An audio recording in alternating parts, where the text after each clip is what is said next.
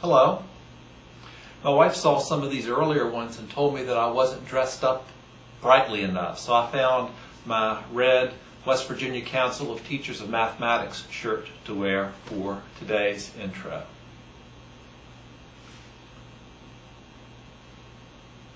You've seen now in the graphs of trig functions how there are aspects of the graphs that look the same. Whether it's sine or cosine, there is a similar shape in that there is a high value and a low value, and the periodic nature of the trig functions means that the oscillation back and forth from the high value to the low value to the high value goes on and on forever. That's a useful thing, and in fact, whether it's the sine function or the cosine function doesn't matter so much.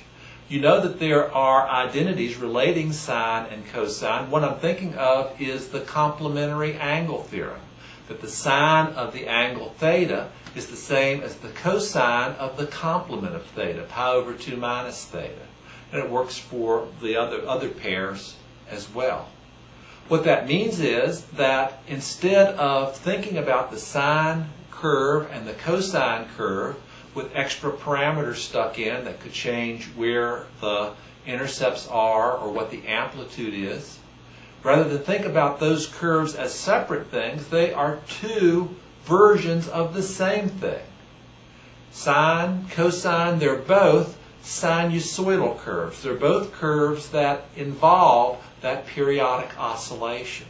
So let's go through development of some of the formulas that will let you keep track of a general sinusoidal curve just in terms of what the amplitude is, how high it goes, what the period is, how long it takes to make an oscillation, and what the phase shift is, how much you should shift the curve to the left or to the right to make it match a given situation that it's modeling.